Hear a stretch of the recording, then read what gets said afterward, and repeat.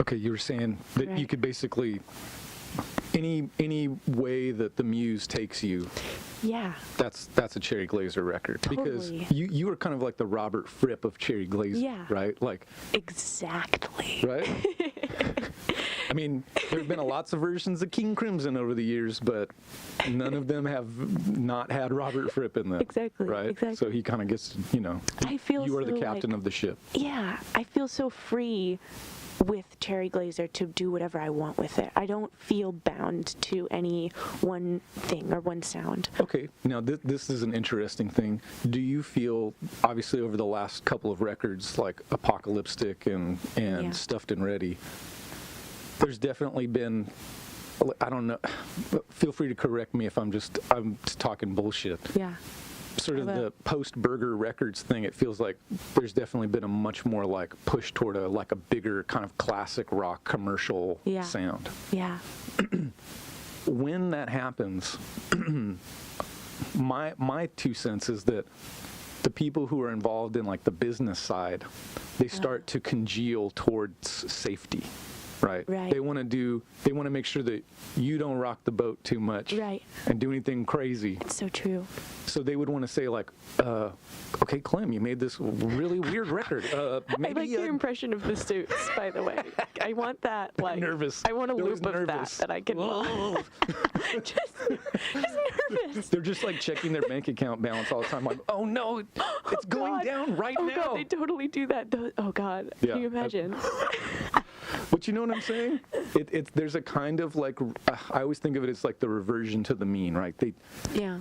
They could jump in on it's almost like sometimes the supporting folks, management, labels, sometimes in some situations, I don't want to paint with too broad a brush, but they're happy to jump in after you have created an authentic, sincere identity and world for your art. But then they kind of want it to be frozen in place. Does that make sense? It does. So I think your idea of sort of saying, well, I do what I want is refreshing, but I also wonder like how much, or maybe this has happened already, if there's sort of been like kind of like nervous chattering, like, oh, please don't, be too creative. I'm sure there is. It's happening right now. It's happening right now. It's because I feel like Cherry Glazerr is my world. Like, the records so far have all been rock albums, and that's not intentional. And neither would be putting out an album that's totally wacky, like weird, like our instrumental synth record. That wouldn't really be intentional either. It would be something that would just be a natural developing of my like creative output. 100%. And so that is what is natural. And like I think that to expect something out of myself that is this one sound is just it's constraining on my psyche. And Sure. so I practice feeling open. Like I practice feeling this understanding that what I've created can be anything that it wants to be. Yeah, it could go in any direction. Yeah.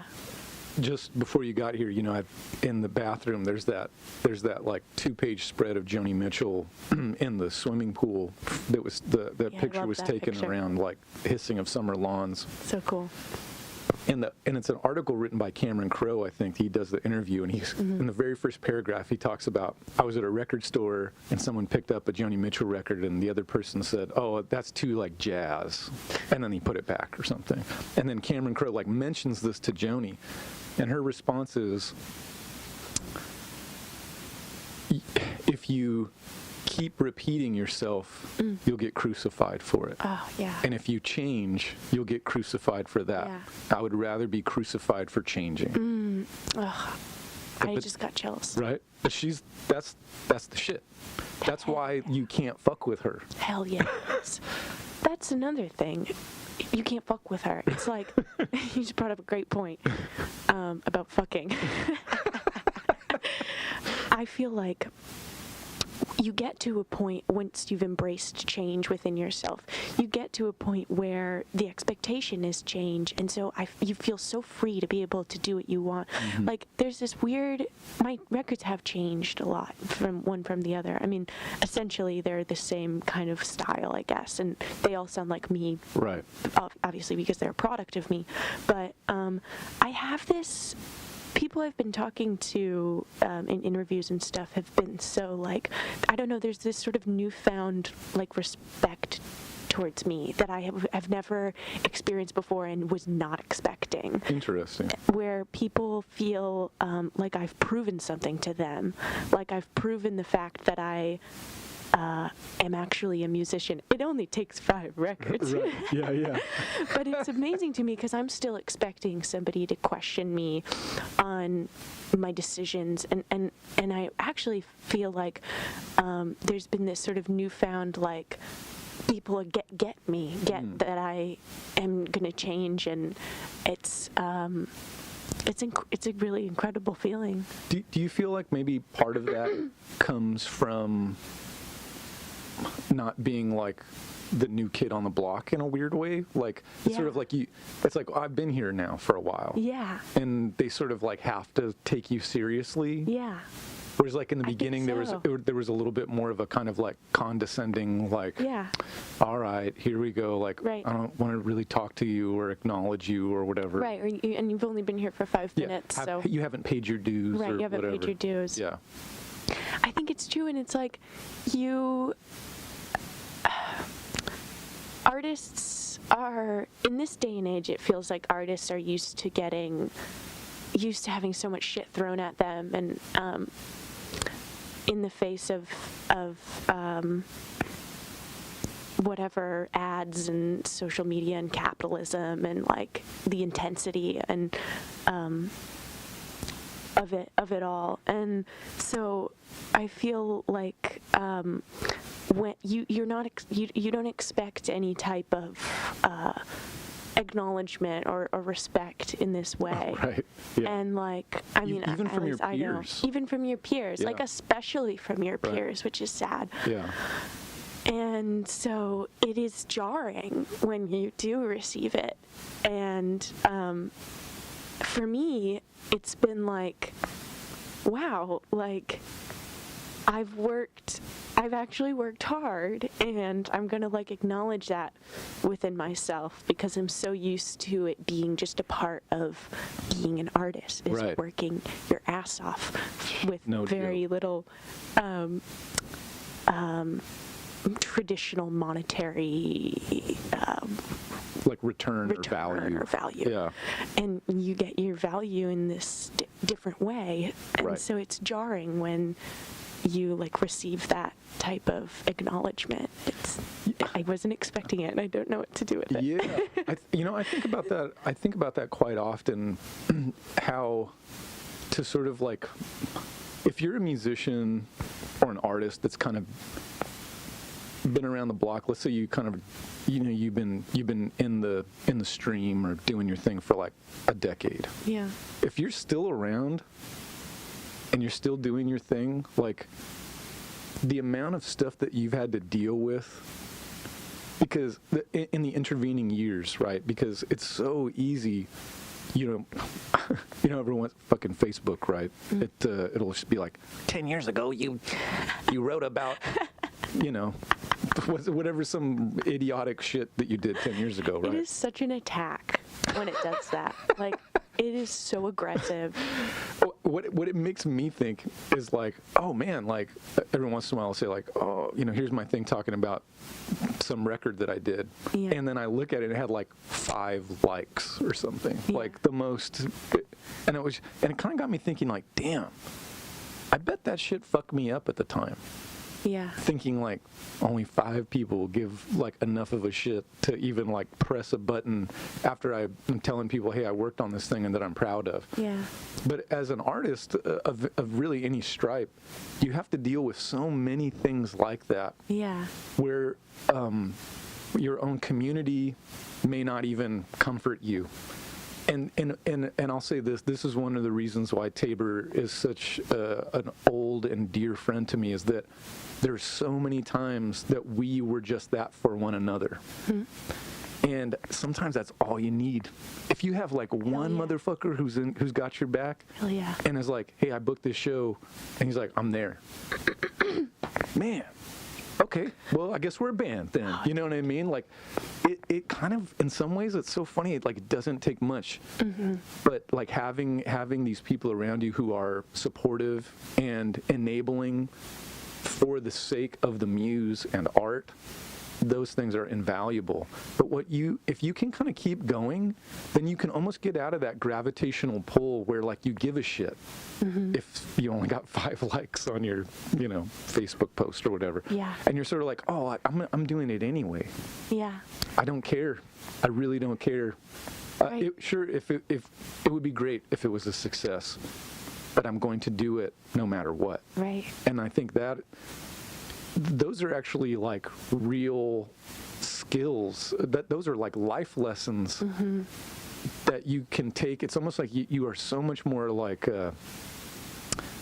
you have the potential to be so much more healthy mentally, Yeah. like as an artist who's had to deal with all of this adversity or sort of complete indifference of the world. Because that's life. And if you've chosen the path of being an artist, it's not that different than any other like pursuit. Yeah. Like you are, but you're going, here's me, this is me, take me, buy me, I'm selling me, this is me, and it's good, and that's your pursuit. Like that's what you do. And so, which is such a neurotic space to be. Yeah. And so I feel like once you, like, every path has hiccups. That's what life is. And if you're given everything right away and you have this weird, like, jump in success or whatever, I feel like that's not real life. That seems like such a wild illusion.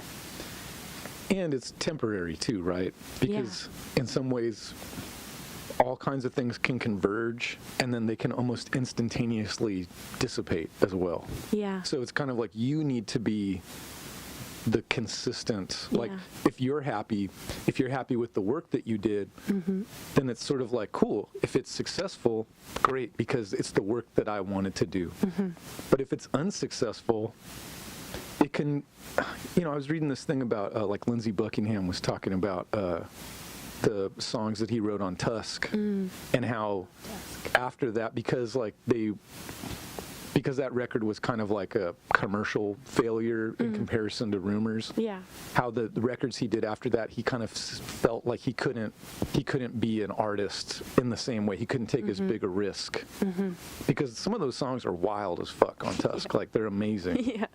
But I always think like if you can be proud of what you did, whether it's a success or a failure according to some other measure, you still have like pride in the work. Yeah. And that's the thing that like 50 years from now, I mean, I just always think like in terms of like, man, like when we're old, Yeah. will people still listen to this? Will they still care about this? Like in the same way that like When we're shriveled. more shriveled, perhaps. But you know what I'm saying? Like, Chris, you're not shriveled. okay, well, I appreciate you saying that. See, this is why you need a supportive community. Exactly. Tell people, get people telling you you're not shriveled. Man, the sky's the limit. I kind of wanted to ask, we were talking about how you can kind of like grow into your musicianship depending on like the caliber of the environment around you. And I was kind of thinking about like for you guys with like in a way like your touring and your live show, it seems like you guys spent the bulk of the last few years doing kind of like alternating between like headlining tours and then opening for bigger, like huge bands. And I know that you guys are getting ready to head out again. Yeah.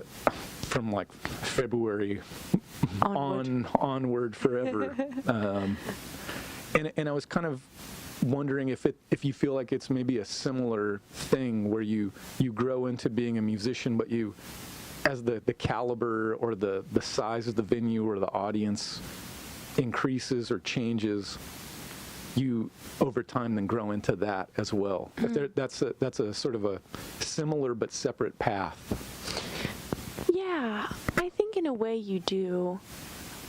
I think, though, most importantly, more than anything, you become connected as a band and become connected like with yourself and your performance, and that way you can do the same thing in front of 5 people as you can in front of 1 million people. But that's sort of what you're saying, is like you grow into that mode of being able to tap into your performance that way. Yeah. I think it's true. I've definitely feel like I've gotten better as a guitarist from touring so much, and then I got more confident in the studio. Yeah.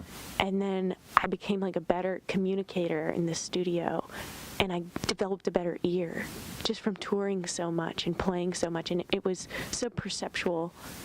It wasn't like something that I really noticed until after I had finished the record making process. And this crazy thing happened where, like, when we were recording Stuffed and Ready, I listened back to it and I wasn't surprised about how it sounded. Interesting. It sounded exactly the way I had made it. It met my expectations. It wasn't like, what is this? Right. It was like, yeah, this is it. This is what I did, and this is what I meant to do. Yeah, yeah. And that was a gratifying feeling, because I felt like I had done something that I not accidentally. You know, it's interesting. I know. Tell me if this is similar to what you're talking about. I just got the test pressings back for this Guma record that I produced that we did here at the studio, and I listened to it at home. And I've had a few moments like this as I was like listening to masters and whatnot. And I finally kind of like listened to it, and I had this kind of like feeling of like, damn, 10 years ago, I would have only like dreamed that I could have produced a record that sounded this good. Yeah. And now I'm listening to it, you know? It's a strange feeling of you begin, hopefully, I mean, I almost, it's so funny. It's like I almost can't communicate this to a lot of people and have them understand what I mean. But for so long, I desired so deeply to be better at like every aspect of music. It was a pang of, it like physically hurt me that I couldn't be better. I wanted to be a better guitar player. I wanted to write better songs. I wanted to know more about music. I wanted to be a better engineer, a better producer. Like, It was like all the things, like I would hear someone else's record and it would like tear me up that it was so good. Yeah. And I would just be like, God damn it, what are they doing? How did they get that sound? What the fuck's going on? You know? And then I would listen to something that I did and be like, this is dog shit. You know what I mean? Like, I'd be so down on myself because it was like I knew the chasm between what I was doing and what something great sounded like. And then now I sort of feel like fast forward, 10, 15 years, and now I'm starting to do like record after record where I hear it and I'm like, God damn it. How did that happen? Right? But it's Absolutely. I don't look the gift horse in the mouth. I know that like tomorrow will be another humbling day. Yeah. You know what I'm saying? And that's good, and that's what I love about music and working on it in every aspect, from production to mixing to songwriting, is that like today's victory does not circumvent tomorrow's potential defeat. And it shouldn't. Like, tomorrow should present new problems and challenges. That's why we keep doing it, because it's fun, because it's like the most incredible game to play. Why else would you be throwing yourself into this crazy, crazy thing? Yeah, not for money. That's for goddamn sure. I mean, I got a family, and I'm like sitting here trying to think I'm thinking about like drum tones. It's like most people, like I had those jobs, I worked as an investigator, I was a claims adjuster, and that is the work of like the lower middle class. Like, here's how you take care of your family and make your car payment and then that sort of thing. What I'm doing now is not. No. That's not the way to do it. But I do it anyway. Oh yeah. I mean, when I told my parents that I was, in fact, not going to college but pursuing my punk rock band, you can imagine. They were super stoked. They were like, hell yeah. Yeah, you can imagine it's just, a little bit of a... They just kind of stared off into the distance. Oh, okay. Are you serious? Fucking serious? What would you have studied? That's a great question. I always wanted to do animation, but I suck at drawing. Yeah, same. I don't know what the hell I would do. Maybe like creative writing, some other thing that wouldn't make me any money. Yeah, right. But isn't it fascinating though that you end up pursuing essentially a path that allows for all of these different types of media to be synthesized? Yeah. Right? You get the creative writings in your lyrics. Yeah. The animation is in the video. Yeah, and we're doing animation now too that we're incorporating in our live set, which has been so fucking fun. Yeah, and I saw some like giant inflatable cherries that Tabor told me about. Right. But isn't that and I think that's an aspect of like theater, and that's another thing that I feel like is kind of like hard to find, so many folks look, playing your song and singing, just that is a hard thing to do, right? Not fucking up your own song, remembering your lyrics, hitting all your parts, Okay, then doing that and then singing or performing with any kind of emotion, that's another layer. And then understanding that, like, people want to be entertained. And then putting that time into the stage show. These are all, like, layers of complexity. Yeah. And over time, it's like if you want to, like, if you care about each of these parts of the experience, you sort of have to, like, begin to invest in each one of them. Yeah. And it seems like that's kind of like where you guys are at, right? Like it's like this next tour is going to be kind of like, okay, we're stepping it up a little bit. We are. I have so much fun being able to expand the universe that way. And like, I can't help but go bananas on stage. It's a place where I let out a lot of feeling and a lot of anger and self-doubt, and I just let it all melt away and just enter this sort of like wave. And so I can't help but go bananas. And since I'm already going bananas, may as well like put things up against me to kind of like counter that. I think some bands are kind of stiff and they have like visuals and stuff and whatever distractions because they're stiff. Yeah. And they want to have something that's going to like distract the people or be entertaining for the people. And with us, like for a while, we just wanted spotlights on us because we're such freaks and like we just go bananas. And like we were like, oh, it's just going to be about us playing music. Then I realized that it can be a little bit jarring to watch us because in that light, because you're kind of like, whoa, like these guys are crazy. And like they're under this like spotlight. Yeah. So I thought it would be cool to have us still going bananas, but having things to kind of counter it, so we're not so in your face so much, so that we can still have our private feelings of like letting all of this emotion out, while also having something to kind of counter it. And I realized that would actually be kind of a cool mix. Yeah. Not to have something to distract us because we're so stiff, but something to calm us down on stage because we're so crazy. Interesting. Yeah. I like what you're. It makes me think, like, I wonder if it's sort of the catharsis for you in performing. You know, it's a strange thing that you would sort of like. It would be an opportunity for you to sort of like let your guard down in a way, and sort of allow.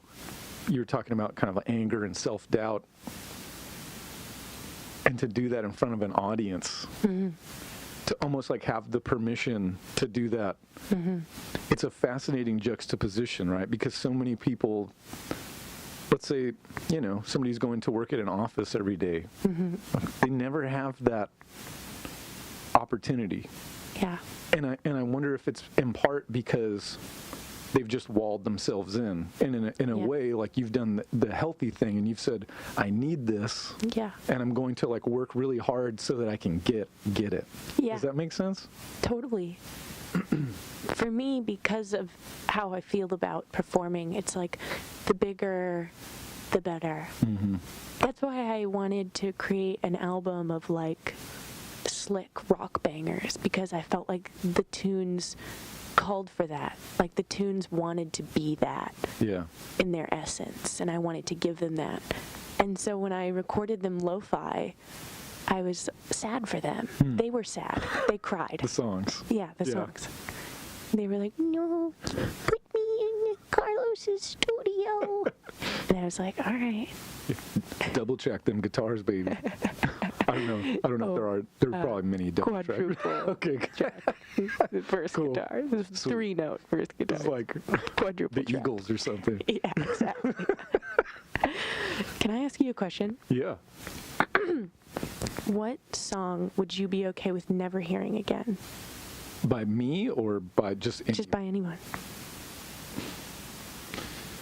You know, it's funny. I was actually on a radio show last night, and they asked me, like, what song do I love, but I turn off whenever I hear it. Yeah, that's a good one. And I almost kind of feel like it's a similar thing. That's a great And I said, when the Levee Breaks by Led Zeppelin. Because obviously it's a great song, but I'm so fucking tired of that song, and I'm tired of like hearing every drummer or engineer or producer say the "When the Levee Breaks" drum sound. I almost feel like, oh, let's just get rid of it. Like it never happened. Shout out to Tabor, who is often playing "When the Levee Breaks" and then going, "Hey guys, what song is this?" Yeah. Oh shit. And I'm like, Jane. Still playing it, huh? What about you? What about you?